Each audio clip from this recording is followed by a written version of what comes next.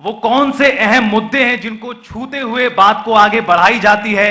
आधी आबादी की जब हम बात करते हैं तो क्या उसको आधी आबादी का हक मिलता है, आधी हिस्सेदारी मिलती है। इन तमाम सवालों का ही आज यहां पर जवाब एक तरह से तलाशा जाएगा और हमारे खास मेहमानों के जरिए यह भी जानने का प्रयास होगा कि आने वाले विधानसभा चुनावों में वो कौन से ऐसे मुद्दे हैं जो आधी आबादी को प्रभावित करते हैं, उनको आकर्षित करते हैं। इसी पर रहने वाला है हमारा खास कार्यक्रम। आइए एक एक करके अब अपने सभी मेहमानों को मंच पर बुलाने का काम करते हैं। हमारे साथ पूर्व कैबिनेट मंत्री कविता जैन जी, बहुत स्वागत है आपका। हमारे साथ कांग्रेस नेत्री चित्रा सरवारा जी, प्लीज मैम आइए मंच पे। सुनैना चौटाला जी, राष्ट्रीय महासचिव इनेलो महिला विंग। साथ ही साथ आम आदमी पार्टी प्रदेश उपाध्यक्ष इंदु शर्मा जी, आप सभी मेहमानों का बहुत स्वागत है। और अब कार्यक्रम का संचालन करेंगी मेरी सहयोगी Anjali. Anjali, over to you. शुक्रिया रितेश।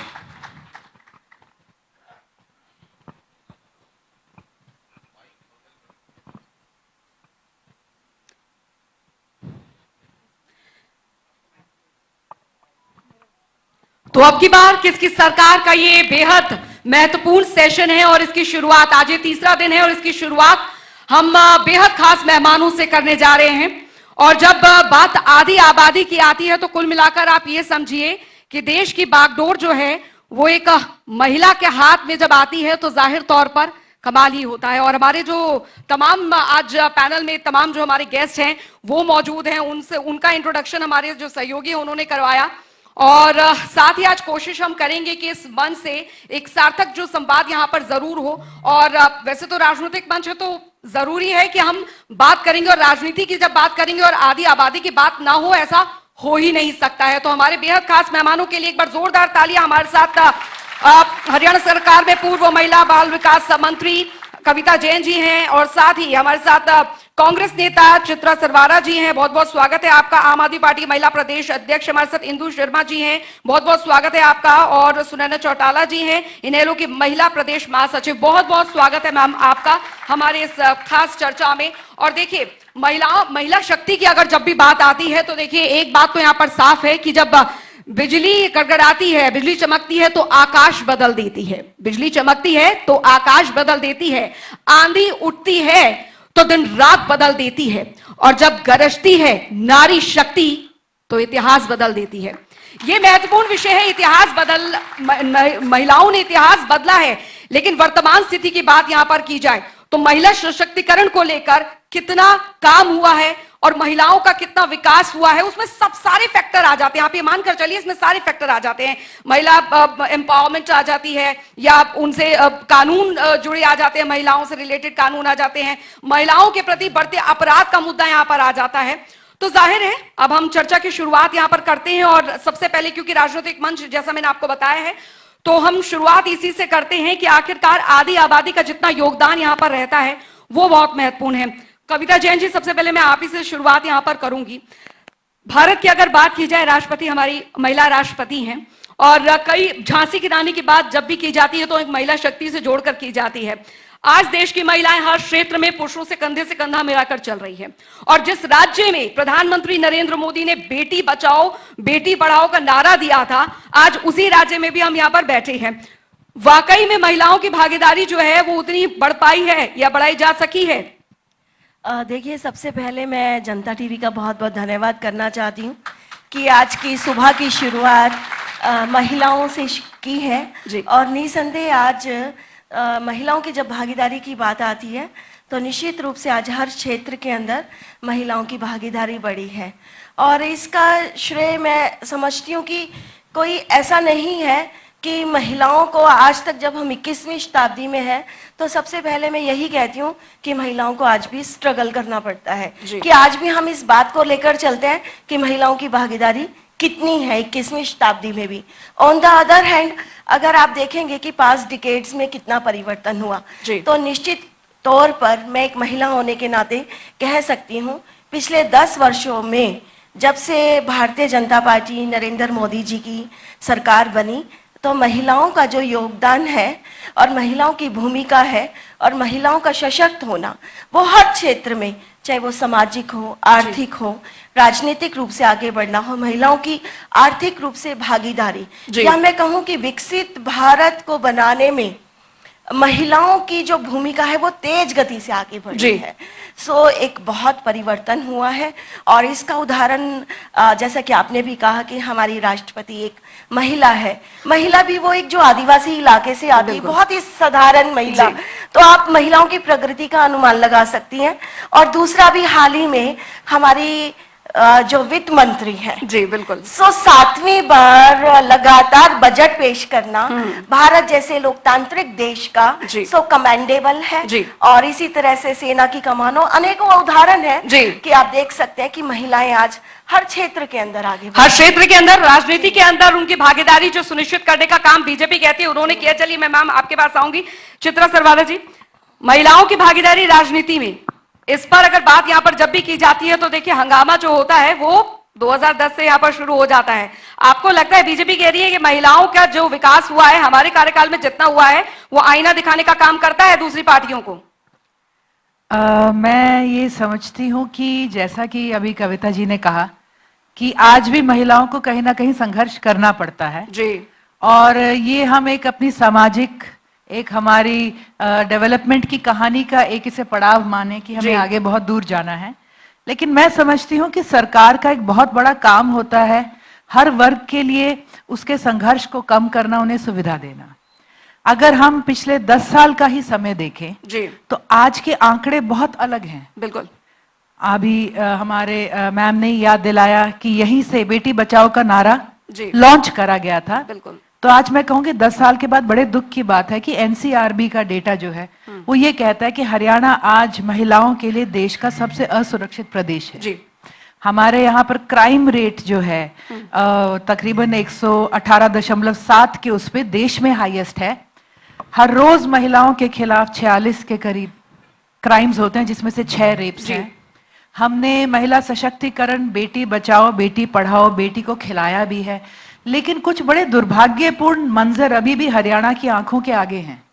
चाहे वो हमारी पहलवान बेटियों का रहा हो, चाहे वो एक कोच का रहा हो, तो there are a lot of challenges. और जो भी हम दावे करें, हम समझते हैं नारा एक बात होती है, यथार्थ में वो जमीन पर क्या है। एंड पॉलिटिकल सशक्तिकरण महिलाओं का, मैं समझती हूँ हर किसी का एक मैं समझती हूँ महिलाएं जब जुड़ती हैं, हम ये भी कह सकते हैं कि देश की पहली प्रधानमंत्री इंदिरा गांधी जी एक महिला रही थी, जो देश की पहली हमारी राष्ट्रपति थी महिला, वो कांग्रेस ने उनको सपोर्ट करा।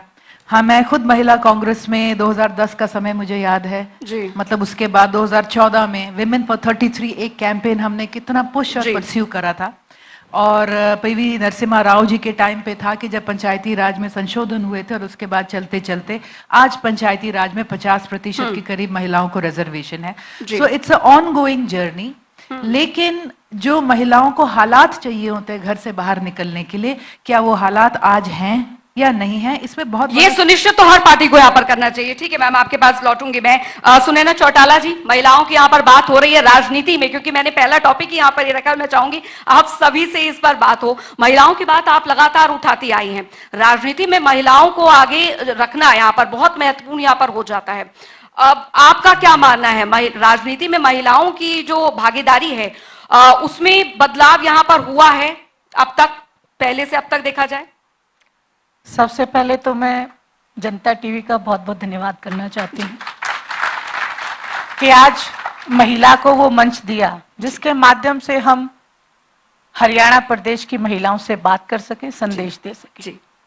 सबसे पहले तो मैं एक बात कहना चाहती हूँ कि महिला महिला महिला करते सब हैं, लेकिन महिलाओं के लिए कौन कितना कर पाता है ये सब प्रत्यक्ष आप सब लोग देखते हैं।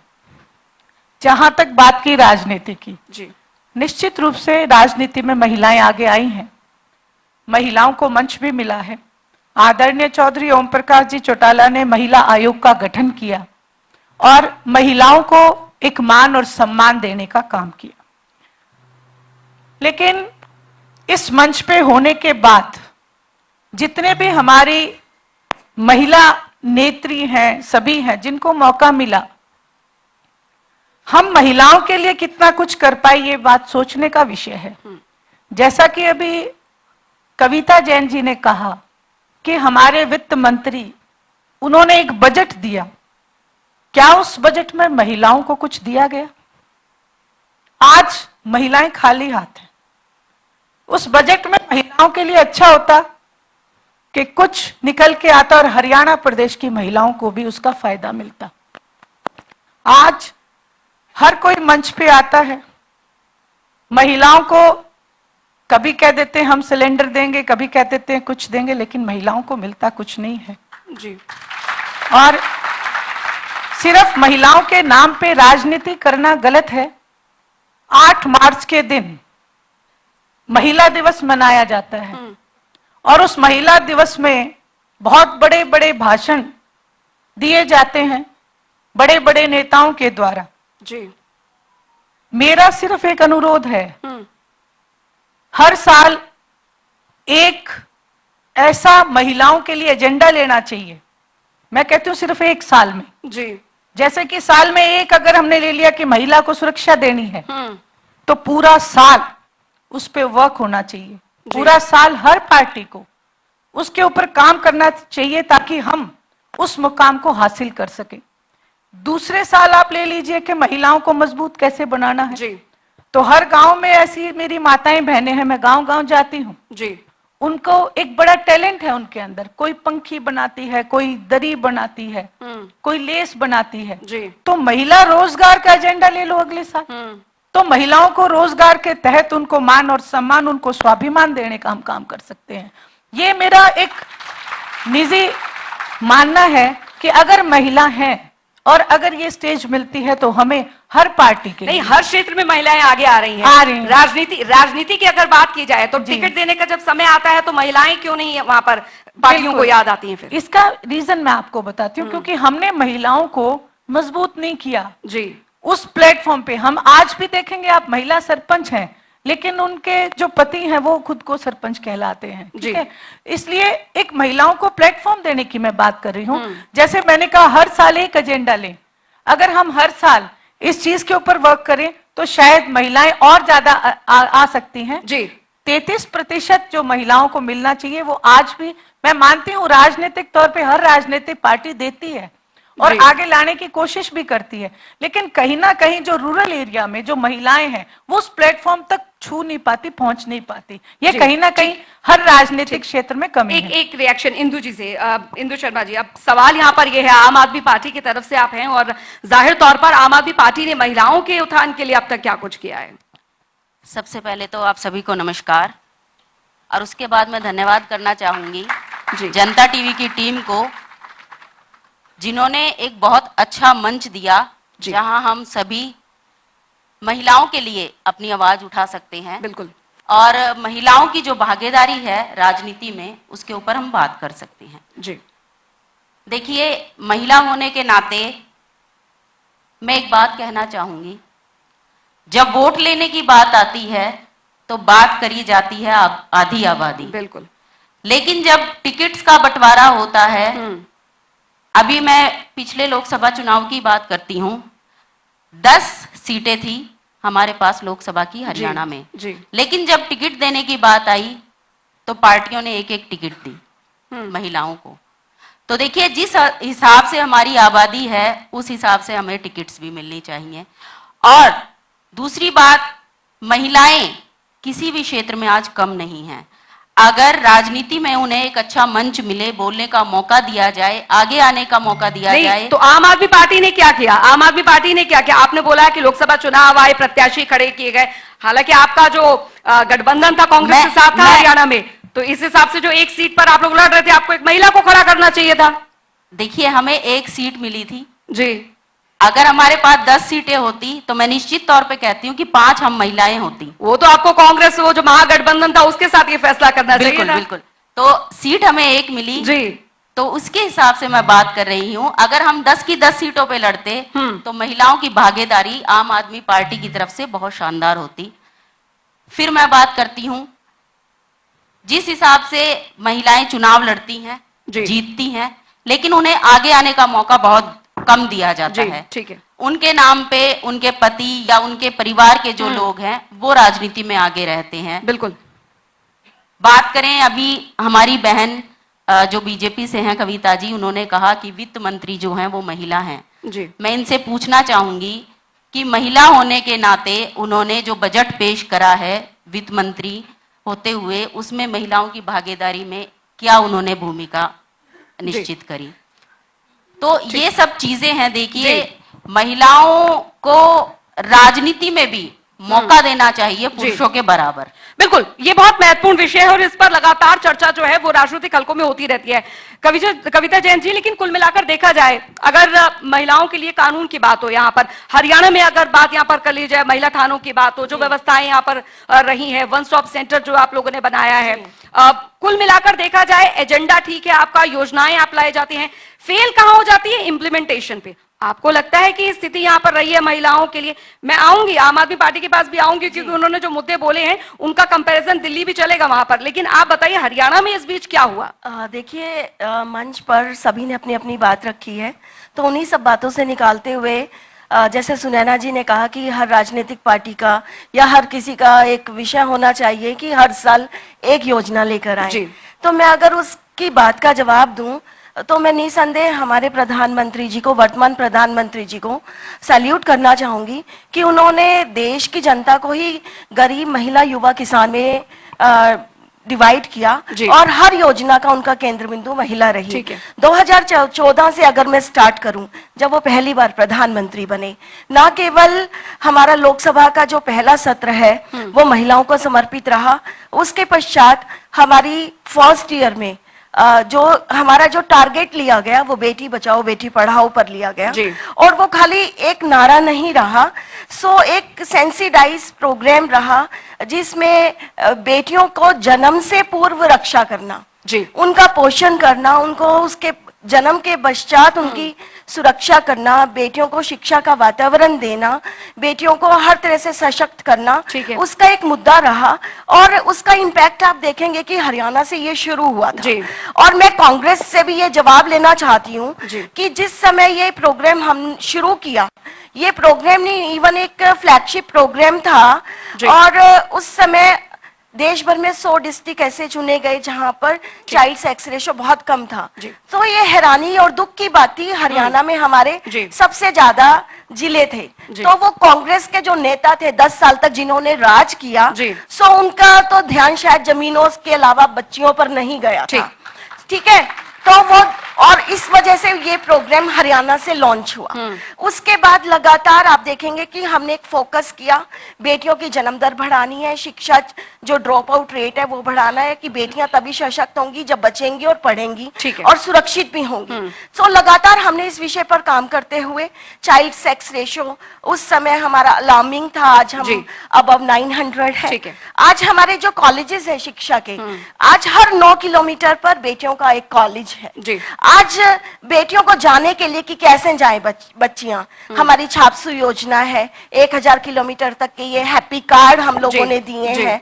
जब सुरक्षा की बात आती है तो डेफिनेटली कि 2014 से पहले जो स्थिति थी क्राइम की और बच्चियों के खिलाफ जो रेप के मामले सामने आ रहे थे, तो 12 वर्ष से छोटी बच्ची की अगर फांसी की सजा हो, कानूनों के अंदर बदलाव हो, फास्ट ट्रैक कोर्ट हो, वन स्टॉप सेंटर हो, हरियाणा के हर जिले के अंदर हमारा पुलिस स्टेशन है। और ये जो बात आ रही थी कि अभी कि आंकड़े बढ़ गए हैं, तो पहले तो आंकड़े रजिस्टर्ड ही नहीं होते थे, महिलाओं की इतनी हिम्मत नहीं थी कि कहा तो ये जाता है महिला थाने खोल दिए जाते हैं, लेकिन महिला पुलिस वहां पर होती नहीं थी। नहीं, बिल्कुल होती है। आज देखिए महिलाओं की जो पुलिस में संख्या है वो बढ़ी है, आज 0 FIR है, आज हेल्प डेस्क भी खोले गए हैं, और हर कई जिले तो ऐसे हैं जहां पर हमारे 2-2, 3-3 महिला थाने खोले गए हैं। लेकिन इस बार बजट से बहुत उम्मीदें थी महिलाओं को, कुछ नहीं मिला। देखिए, ऐसी बात नहीं है कि बजट से हमें कुछ नहीं मिला। सबसे पहले तो हम महिलाओं को ये अवधारणा अपनी बदलनी होगी कि युवा का मतलब क्या है? पुरुष नहीं, युवाओं को फोकस किया गया है, युवा उद्यमी बने, युवा आगे बढ़े। मुद्रा लोन के अंदर अभी अनाउंसमेंट जो हुई है 10 लाख की जगह आज 20 लाख का है। सो एंटरप्रेन्योरशिप में महिलाएं भी युवा हैं, सो इक्वली हम लोगों को आगे बढ़ने का इक्वली आगे बढ़ने का अवसर दिया जा रहा है बीजेपी तरफ से। एक और चीज जो राजनीति के अंदर कि यही जो कांग्रेस है जो इतनी हिम्मत नहीं कर पा रही थी कि पूर्ण बहुमत होने के बाद भी महिला आरक्षण बिल को पेश भी कर सके, और आज भारतीय जनता पार्टी ने नरेंद्र मोदी जी का नेतृत्व ही वो करिश्माई नेतृत्व है जिसने महिलाओं को लोकसभा के अंदर भी और विधानसभा के अंदर भी 33% रिजर्वेशन दिया है। और डेफिनेटली आने वाले जितने भी हमारे चुनाव होंगे आप देखेंगे कि ये आरक्षण भी लागू। कांग्रेस तो कह रही है ये क्रेडिट हमारा था, वो ले गए क्रेडिट। सो वो क्रेडिट अगर होता तो वो डेयरिंग होते और पूर्ण बहुमत होने के बाद भी वो टेबल करते। चित्रा सरवारा जी, वाकई में आपको लगता है ये जो क्रेडिट की जोड़ तोड़ थी वो यहाँ पर बीजेपी ले गई, और जो अभी जो मुद्दे तमाम गिनवाए कविता जैन जी ने वो वाकई सही है, यहाँ पर वाकई क्राइम रेट कम हुआ है, एजुकेशन सेक्टर पर भी उन्होंने कहा। देखिए क्रेडिट लेने में बीजेपी का कोई मुकाबला नहीं है, ठीक है जी, उसमें तो इनका कोई तोड़ कर नहीं सकता जी। क्राइम रेट्स एनसीआरबी के डेटा ही पे मैं जाऊंगी कि 2013-14 के अंदर क्राइम रेट के जो केसेस आए थे तकरीबन 9,000 के करीब आए थे, अब तकरीबन 17,000 के करीब आए हैं, विच मीन्स जो 2021-22 की जो लेटेस्ट रिपोर्ट है उसमें आपके तकरीबन 16,700 कुछ केसेस हैं, which means almost 100% crime increase हुआ है। चलो हम कहते हैं कि क्राइम इंक्रीज हुआ एक सामाजिक प्रॉब्लम हो सकती है, हर कोई जानता है आज बेरोजगारी में हम नंबर 1 प्रदेश हैं, हर कोई जानता है आज हमारे यहाँ पर अंडर एज शूटर पूरे देश में सबसे ज्यादा कहीं मिल रहा है तो हरियाणा से जा रहा है। अगेन ये हमारे national crime and criminal tracking network की जो ये डेटा रिपोर्ट्स हैं उनके हिसाब से है। हर कोई जानता है आज नशा हमारे यहाँ पर बढ़ गया है, तो क्राइम का बढ़ना, वायलेंस का बढ़ना एक संयुक्त जो हालातों का जो है ना एक फलसफा हमारे आगे आ रहा है। लेकिन इससे भी बड़ी बात यह है कि इंसाफ नहीं मिल रहा है। आज ये अगेन एनसीआरबी का डेटा है कि महिला आयोग हरियाणा में होने के बाद भी दिल्ली आयोग के पास जा रही है। बिल्कुल, जहां सरकारी आंकड़े बता रहे हैं हम क्राइम्स में नंबर 1 है, वहीं पे एफआईआर दर्ज करने के मामले में, शिकायत दर्ज करने के मामले में हमारा नंबर पायदान में नीचे से 3rd है। दैट मीन्स क्राइम पूरा हो रहा है, शिकायत दर्ज पूरी नहीं हो पाती है। एंड यस अवेयरनेस है, अगर भ्रूण हत्या के अंदर अगर हमारे आंकड़े इंप्रूव हुए हैं तो हम इस कलेक्टिव एफर्ट को अप्रिशिएट करेंगे, देयर इज नो हार्म। लेकिन जो लड़की जिंदा है जो सड़कों पर इंसाफ मांग रही है उसका क्या है आज हरियाणा के अंदर? नहीं, ये सुनिश्चित तो यहाँ पर किया जाएगा जो योजनाएं इंप्लीमेंट यहाँ पर करते हैं। मैम आप जवाब देना चाह रही हैं, बस कुछ सेकंड जी।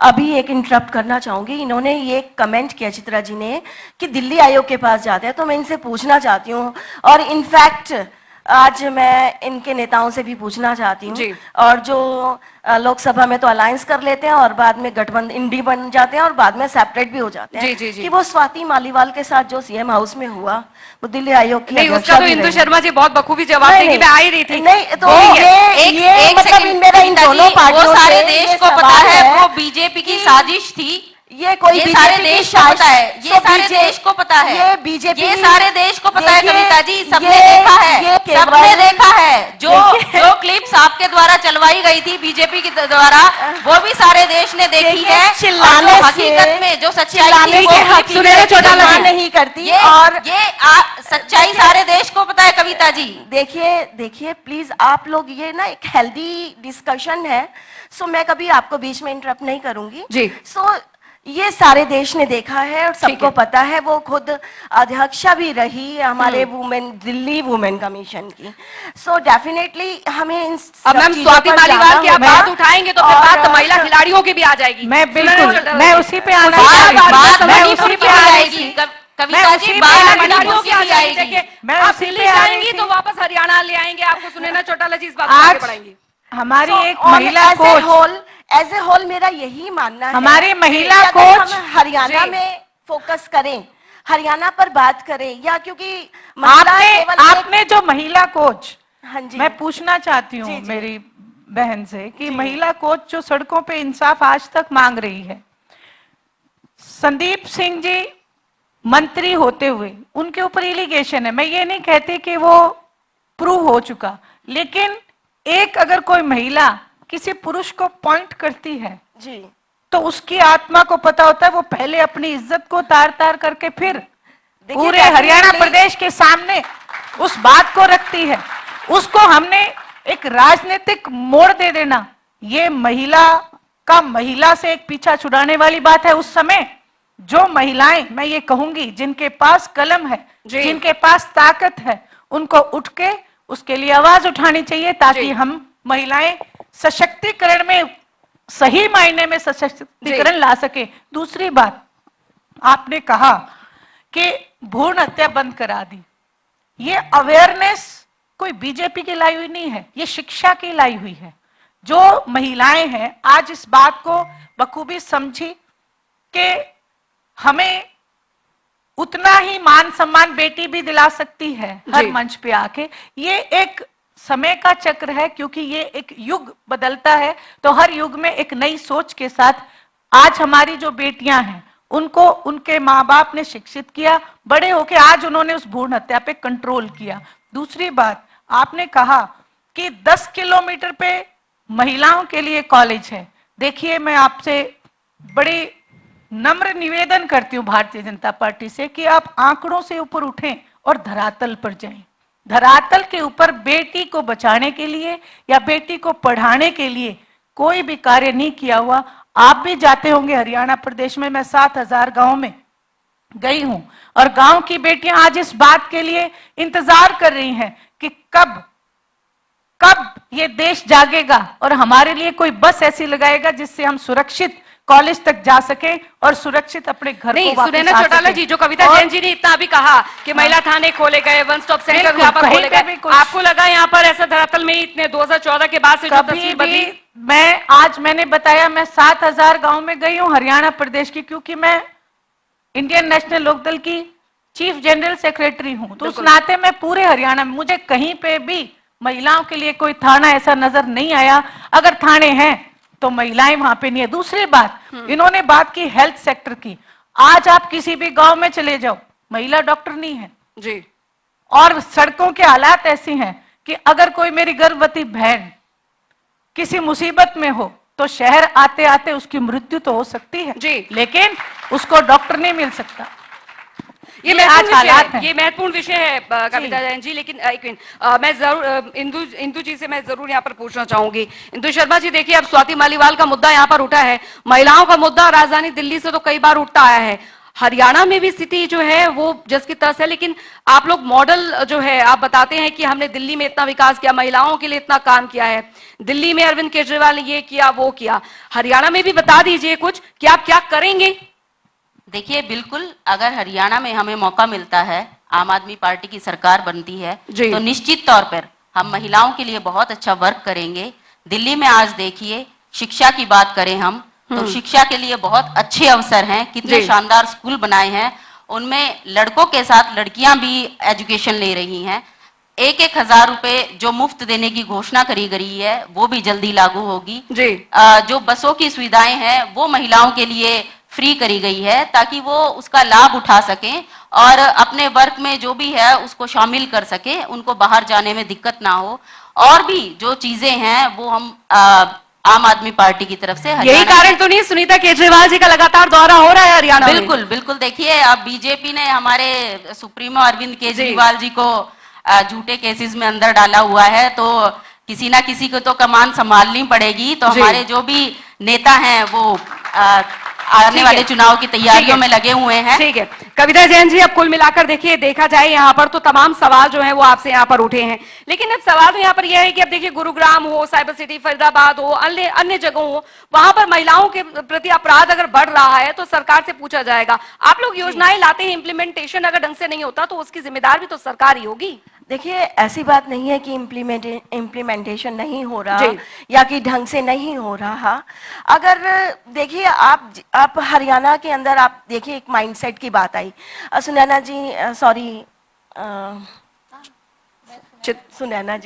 सुनैना जी ने जिस तरह से कहा कि एक समय आता है कि जब एक चेंज आता है, तो वो समय लेने का श्रेय जी। तो डेफिनेटली ये जब मैं कैबिनेट मिनिस्टर थी 2015 में, जब ये हमारा बेटी बचाओ बेटी पढ़ाओ अभियान लॉन्च हुआ, तो अक्सर विभिन्न राज्यों के अंदर भी और विदेशों में भी जब हमारे दौरे होते थे, तो सबसे पहले तो जब ये पता चलता था कि महिला बाल विकास मंत्री हरियाणा से है जी, सो एक क्वेश्चन मार्क, एक बिग, ऐसे सब लोग देखते थे कि भाई हरियाणा में क्या था ऐसा जी, कि जो भाई भरा पूरा धान्य धनदान प्रति व्यक्ति आए, हरियाणा नंबर 1, तो वहां पर ये हालात थे। तो भी ऐसा क्या था? सबसे पहली बात तो ये जो परिवर्तन का जो श्रेय है निश्चित रूप से ये हमारे नरेंद्र मोदी जी प्रधानमंत्री को। लेकिन हरियाणा में परिवर्तन कहाँ आया मैम? बिल्कुल आया।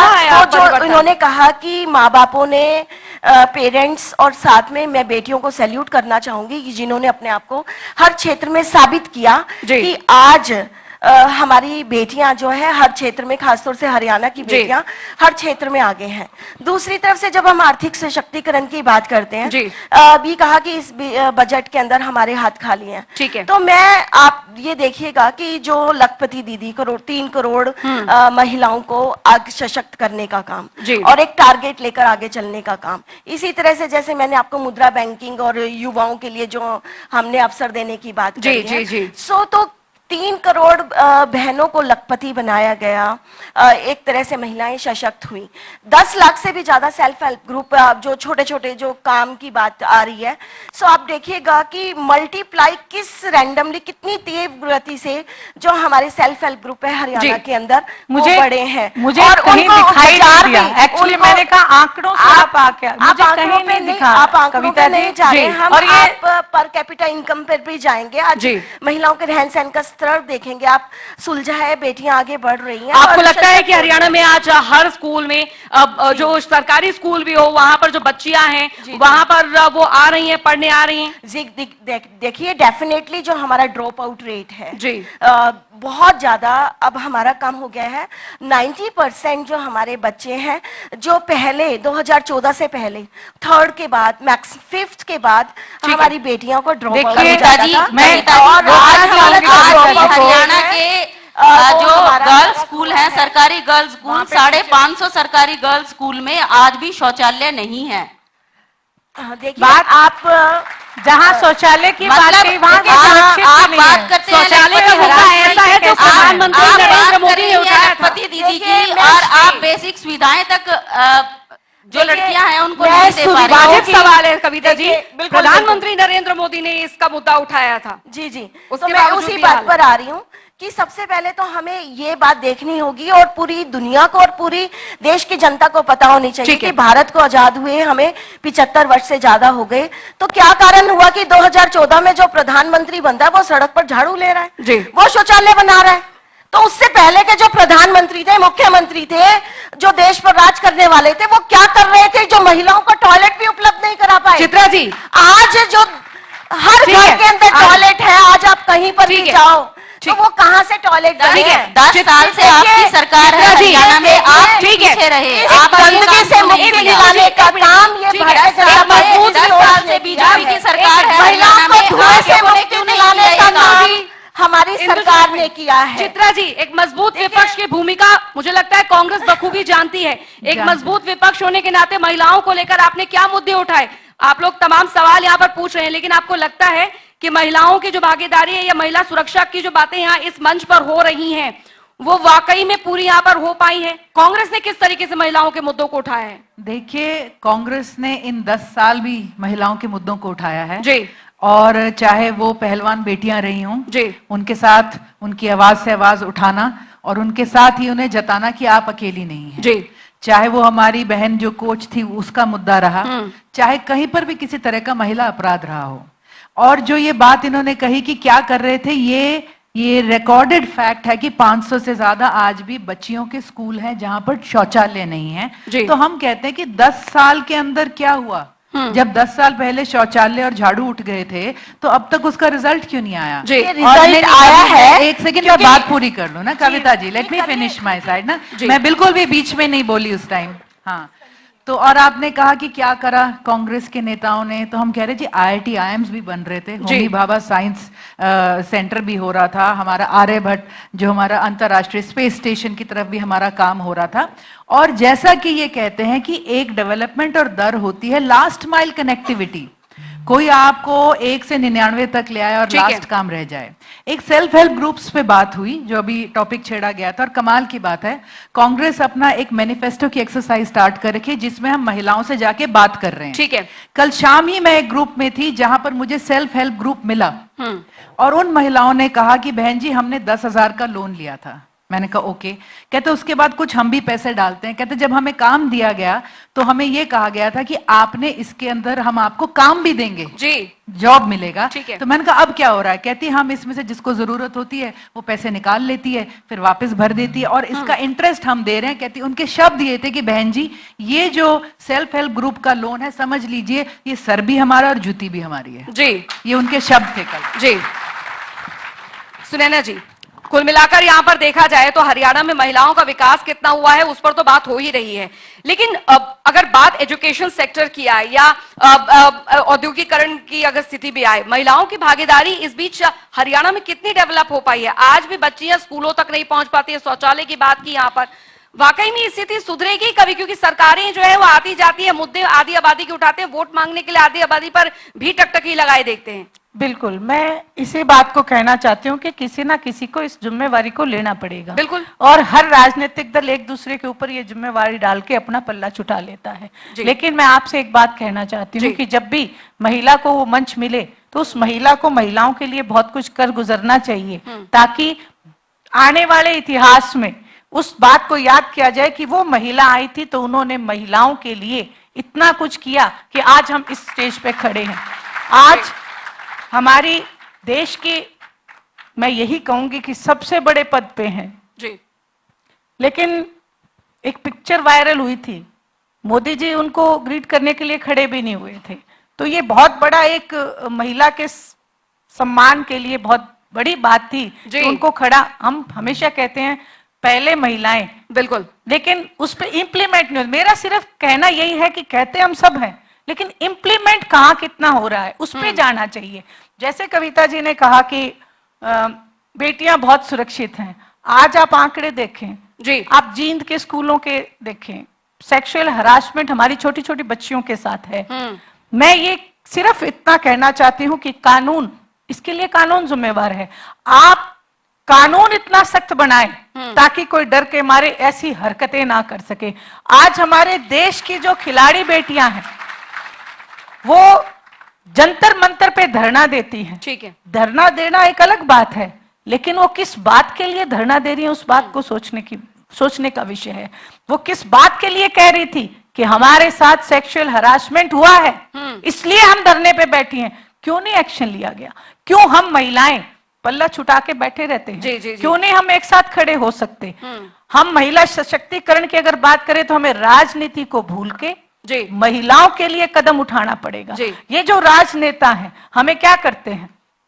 आधी आबादी करके हमें सीट देते हैं। बिल्कुल, आधी आबादी की वोट कैश करने के लिए सीट दे देते हैं, लेकिन सीट मिलने के बाद एक चाणक्य नीति से चलना चाहिए। महिलाओं के लिए इतना कुछ करना चाहिए ताकि मेरी हर बहन मजबूत हो सके और अपने स्वाभिमान के लिए आवाज उठा सके। हम क्या करते हैं कि उन्हीं राजनेताओं के आंकड़ों में इर्द गिर्द, जैसे कि कविता जी उस आंकड़ों में ही अभी घूम रहे हैं, धरातल के ऊपर ना कोई, मैं आज आपको कहती हूँ आप मेरे साथ चलो, हर गांव में ना तो कोई थाना है ना कोई डॉक्टर है।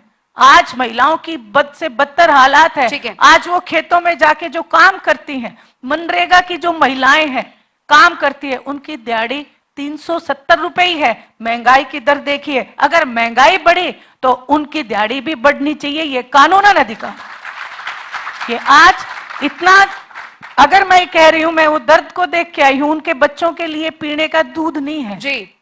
वो कहती हैं पढ़ाएं कैसे, खिलाएं कैसे जी, या इनको कपड़े कैसे दिलाएं। 370 रुपए, 370 रुपए में 150 से 200 तो जीएसटी भर देता है एक आदमी पूरे दिन में। इतनी जीएसटी लगा रखी है। सुनैना जी, उम्मीद है यहाँ पर महिलाओं की जो है वो बढ़ जाएंगी। आप सभी से जो डिस्कशन यहाँ पर चल रहा है ये मानकर चलिए आप कि जब नहीं, मैनिफेस्टो बढ़नी आएगा, चाहिए। और मैनिफेस्टो हमें आएगा, कौन सी पार्टी क्या कुछ देती है महिलाओं के लिए, क्या कुछ बिल्कुल, उम्मीदें बांधती है, वो सबकी निगाहें रहेंगी फिर। बिल्कुल, मैं इस बात को पूर्ण रूप से, अगर मैं इस मंच पे ये बात कह रही हूँ तो मैं ये कहूंगी, मैं ये नहीं कह रही हूँ कि भाई मैं अकेली दुनिया पलट दूंगी, मैं कहूंगी मेरे साथ आओ, आओ हम एक नया युग, एक नई महिला को एक नया मंच दें, एक नई उड़ान दें। जी। समाज एक ऐसा पक्षी है जी, जिसका एक पंख पुरुष, जी। वो पूर्ण रूप से ठीक है, लेकिन दूसरा पंख महिला है, तभी समाज ऊपर जाएगा ठीक है। जब दोनों पंख बराबर के ठीक हों। है।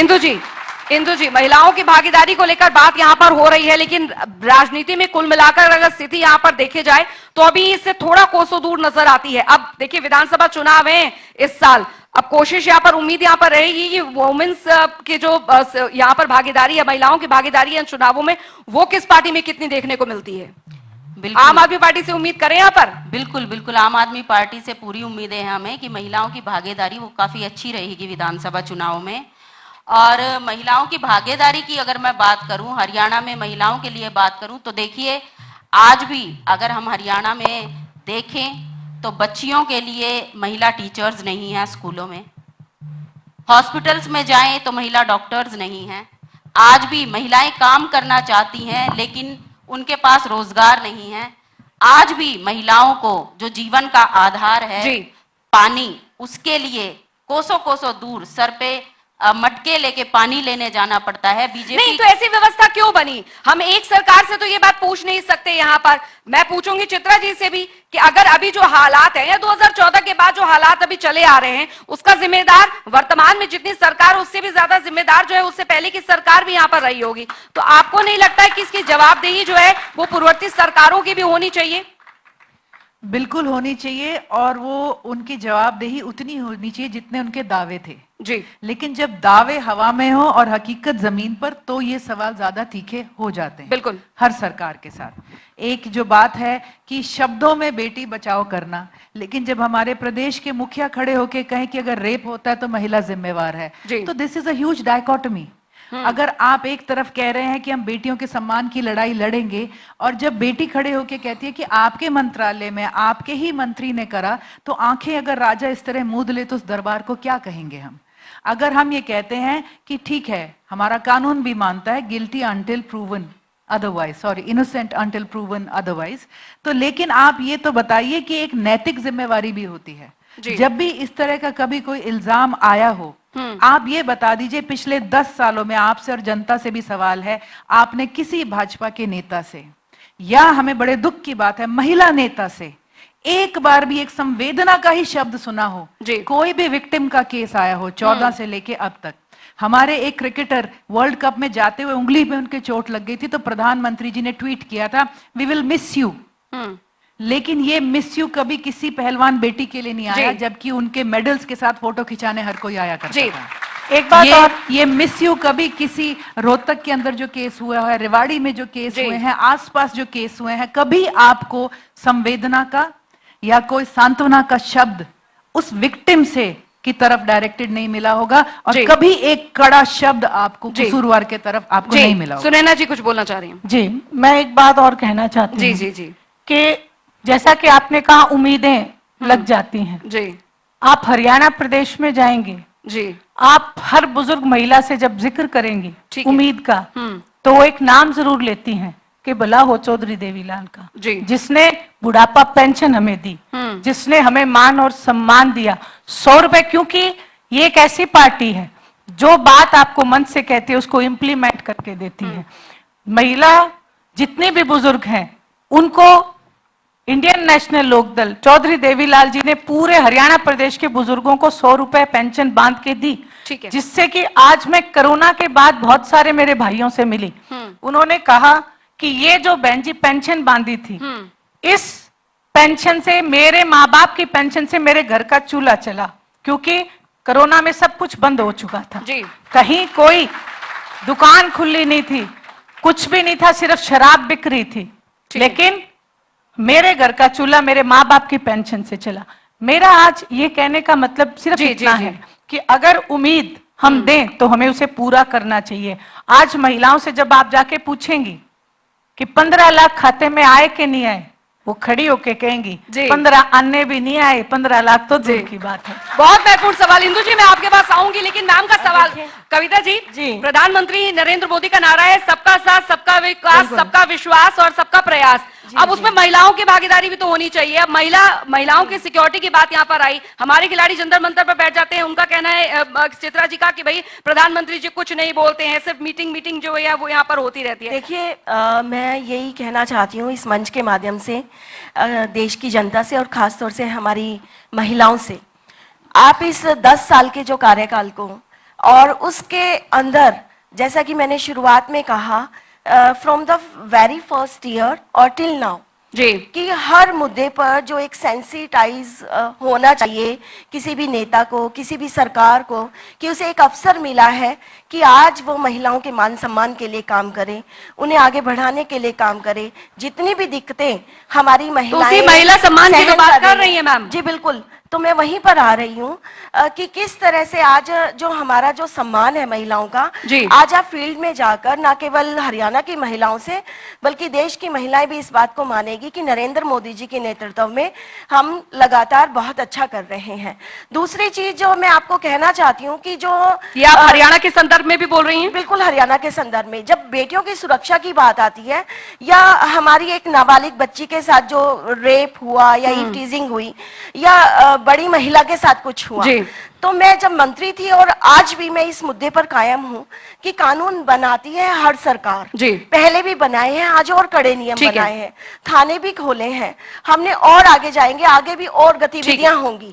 लेकिन मैं हर एक बार हर मन से ये जरूर पूछती हूँ, क्या कोई कानून अकेला महिलाओं के खिलाफ अपराध को रोक सकता है? एक बच्ची जो घर के अंदर भी है, नहीं, वो सुनिश्चित सरकार करेगी ना। मैं सिर्फ एक बात, एक जवाब देना चाहूंगी। Let me complete please, 1 minute. कुछ सेकंड। सो क्या कोई सरकार कानून हम बना दे कितने भी कड़े, ठीक है। फिर दूसरी बात आती है कि क्या कोई जनता अकेले की स्ट्रगल करे बिना कानून की मदद के, बिना सरकार की मदद के, बिना पुलिस के, क्या वो कंट्रोल कर सकती है? वो नहीं कर सकती। नहीं, मैं सिर्फ इस पे एक बात कहना चाहूंगी। एक क्यूमुलेटिव एफर्ट है, जब तक हम सभी मिलकर चारों सब मिलकर काम नहीं करेंगे, जिस महिला कोच की मैंने बात की नहीं करेंगे, तब तक हम महिलाओं के, देखिए विधानसभा में हमारे यहाँ सिर्फ एक महिला कोच मुख्यमंत्री जी खड़े होके कहते हैं, खड़े होके मुख्यमंत्री जी कहते हैं मनोहर लाल जी खट्टर क्या हो सकता कि है, संदीप सिंह का मंत्री का इस्तीफा नहीं होगा, नहीं होगा।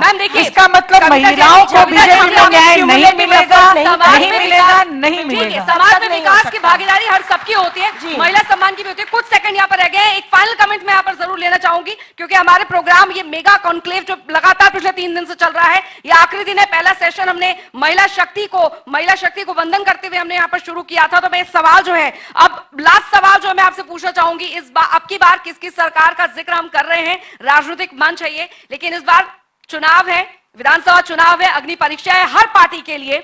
अब की बार किसकी सरकार तो बन जाएगी जिसकी, महिलाओं की भागीदारी किस पार्टी में कितनी होगी ये बता दीजिए आप। देखिए, सबसे पहले तो मैं कहूंगी कि ये जनता की सरकार बनेगी और जनता निसंदेह भारतीय जनता पार्टी को चुनने जा रही है।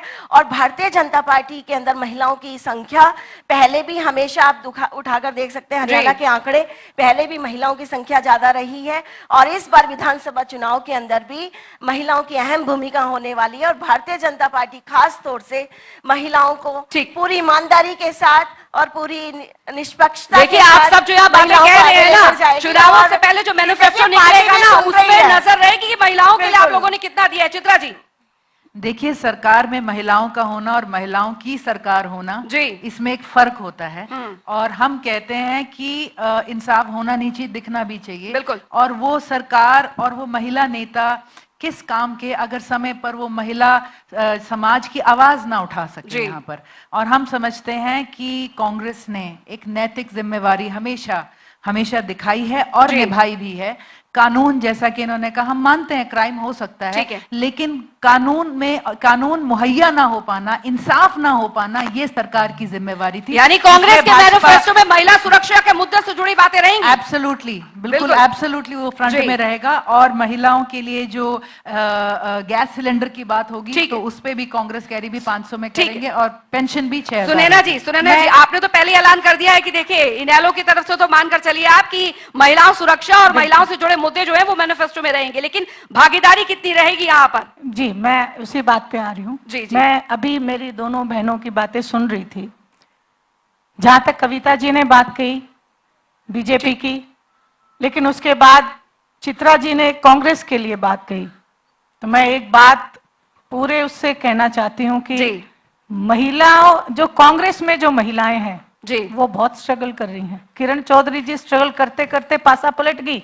आज शैलजा जी की हालात आप देखो। मैं ये कहना चाहती हूँ कि उनके साथ खड़े हो अगर एक महिला है। मैं आज ये कहती हूँ कि उन लोगों ने बहुत काम किया अपनी पार्टी के लिए। जी बात पार्टी, अगर इंडियन नेशनल लोकदल की मैं बात करूं तो इंडियन नेशनल लोकदल में हर महिला को प्लेटफॉर्म दिया जाता है आगे आने के लिए। जैसा मैंने वायदा किया है कि हर महिला के लिए आवाज के साथ मैं खड़ी रहूंगी। दूसरी बात कि जो महिलाएं हैं उनके लिए, जैसा मैंने कहा कि पेंशन का प्रावधान पहले बुजुर्गों के लिए, अब सरकार बनने पे इंडियन नेशनल लोकदल 60 साल से कम की महिलाओं को फिर से सम्मान देगी। 1100 रुपए और एक गैस का सिलेंडर फ्री ऑफ। बहुत महत्वपूर्ण, बहुत तालियां बजनी चाहिए इस बात पर। इंदु जी, मैं आ रही हूँ, चित्रा जी आ रही हूँ। इंदु जी, सबकी बार किसकी सरकार और आम आदमी पार्टी में फिलहाल क्या भागीदारी यहाँ पर रहेंगी? सुनीता केजरीवाल जी ने तो शंखनाद कर दिया है। बिल्कुल, मैं इस बारे में आपको जवाब दूंगी, लेकिन मैं पहले कविता जी को जवाब देना चाहती हूँ। अभी कुछ देर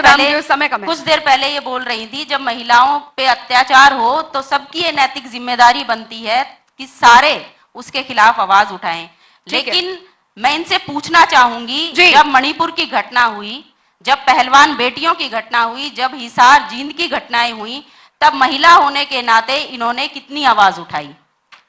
तो आम आदमी पार्टी ने कितनी आवाज उठाई? इस पर भी तो आम आदमी पार्टी ने मणिपुर के लिए भी आवाज उठाई, महिला बेटियों के लिए भी आवाज उठाई, और स्वाति मालीवाल के लिए स्वाति मालीवाल का जो केस था वो सबको पता है क्या था। देखिए उसके बारे में सारे देश को पता है, उसके बारे में सारे देश को पता है। कविता जी, ये बीजेपी की, जब बीजेपी कहते हैं ना सीधी उंगली से घी ना निकले तो टेढ़ी उंगली करनी दिल्ली में जब महिला खिलाड़ी बैठी हुई थी तो कांग्रेस का हो हल्ला दिख रहा था। आम आदमी पार्टी दूर दूर तक नहीं, ऐसा बिल्कुल नहीं है। हमारे सभी नेता, महिला पहलवान जो बहनें बैठी थी, बेटियां बैठी थी, उनके साथ खड़े थे। ठीक है। फिर मैं बात करूंगी जो विधानसभा चुनाव को लेके। तो देखिए, विधानसभा में अब की बार उसकी सरकार बनेगी जो महिला सुरक्षा पे बात करेगी, जो बेरोजगारों को रोजगार देंगे, शिक्षा का स्तर सुधारेंगे। पहले लोकसभा चुनाव में तो आप लोगों की कुछ गठबंधन था तो कुछ ना कुछ गुंजाइश थी कि एक ही सीट मिली है, महिला को नहीं दे पाए। विधानसभा चुनाव में मानकर चलें कि भागीदारी दिखेगी आम आदमी पार्टी की? बिल्कुल दिखेगी।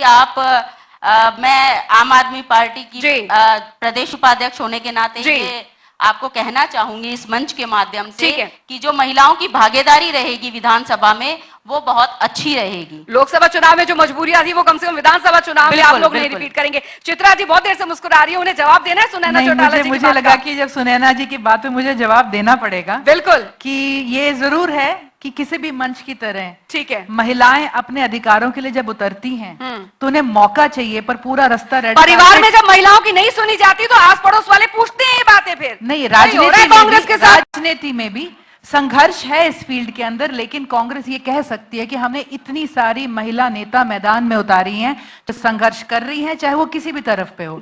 अगर हम ये जानना चाहें कि इनेलो में कितनी महिला नेता हैं जो मैदान में आई हुई हैं, कितनी एमएलएज हैं और कितनी एस्टैब्लिश्ड, इनेलो कह रही है जितनी भी है उनका मान सम्मान हम अंदर करते हैं। बिल्कुल, मैं हर महिला का मान सम्मान है, लेकिन जो नेता बन चुकी है कांग्रेस में उनके हालात आज देश के सामने है। बनी तो है, ये देखिए। हाँ, नहीं बनी है, निश्चित रूप से बनी है, लेकिन उन्हें आगे कितना ले जाया जा रहा है। देखिए, राजनीति से ऊपर उठकर हम लोगों को एक यहाँ से कमिटमेंट करके जाना चाहिए। चाहे किसी भी पार्टी की महिला है, कम से कम आप लोग यही बोलकर जाएं कि जो महिला अगर मैदान में है और उसके सामने पुरुष है तो महिला को जिताने के लिए चलिए उम्मीद करते हैं मैम, उम्मीद करते कविता हैं। जी ने बहुत अच्छी बात देखिए की वी है। हैड सच Responsibility सकारात्मक लेनी चाहिए। डायलॉग, बिल्कुल। आज महिलाएं मंच पर थी। हाँ। बिल्कुल, बहुत बहुत शुक्रिया, बहुत बहुत शुक्रिया। तालियों के साथ हमारी नारी शक्ति को आप वंदन करिए। और बहुत ही महत्वपूर्ण आज का ये सेशन जो है वो रहा है महिलाओं पे आधारित, और साथ ही राजनीति में, क्योंकि देखिए मंच है राजनीति का। अब की बार किसकी सरकार की यहाँ पर बात हुई, लेकिन सरकार में भागीदारी आदि शक्ति की ना हो ऐसा हो ही नहीं सकता। महिला वोट बैंक की बात हर राजनीति पार्टी करती है, लेकिन महिलाओं की भागीदारी उस राजनीति में, जब देश महिला चला सकती है, झांसी की रानी को शक्ति कहा जा सकता है, वित्त मंत्री हमारी महिला है, राष्ट्रपति हमारी महिला है, और कल्पना चावला की जब बात आती है अंतरिक्ष परी, तो जाहिर तौर पर महिलाओं को आप पीछे नहीं छोड़ सकते हैं। बहुत बहुत शुक्रिया मैम। और महिलाओं के लिए एक पंक्ति लास्ट में जरूर मैं कहना चाहूंगी, क्योंकि पंक्तियों के साथ ही मैंने शुरुआत की थी, और अंत में मैं यही कहना चाहूंगी, क्योंकि देखिए एक शिक्षित महिला एक सशक्त परिवार की नींव होती है, और उन्हीं के लिए खास पंक्तियां मैं इस मंच के जरिए महिलाओं को यहां पर आमंत्रित करना चाहूंगी। उड़ान भरने को वो आकाश में तैयार है, उड़ान भरने को वो आकाश में तैयार है, हर बंधन से परे जिंदगी अपने शर्त पर स्वीकार है, वो नारी है धरती का गौरव आभार, अबला नहीं सबला है वो समझने की बस दरकार है। और ये समाज अगर ये बात समझ जाए तो आप मानकर चलिए कि जो विकास है किसी भी देश का वो बहुत तेज गति से होगा, क्योंकि अगर आदि शक्ति और आदि स्वरूपा और आदि आबादी अगर किसी देश में शिक्षित है तो मानकर चलिए कि देश के विकास को आगे बढ़ाने में कोई रोक नहीं सकता। बहुत बहुत शुक्रिया मैम आप सभी का हमारे साथ जोरदार तालियों के साथ स्वागत एक बार आपके लिए फिर भी हमारी काफी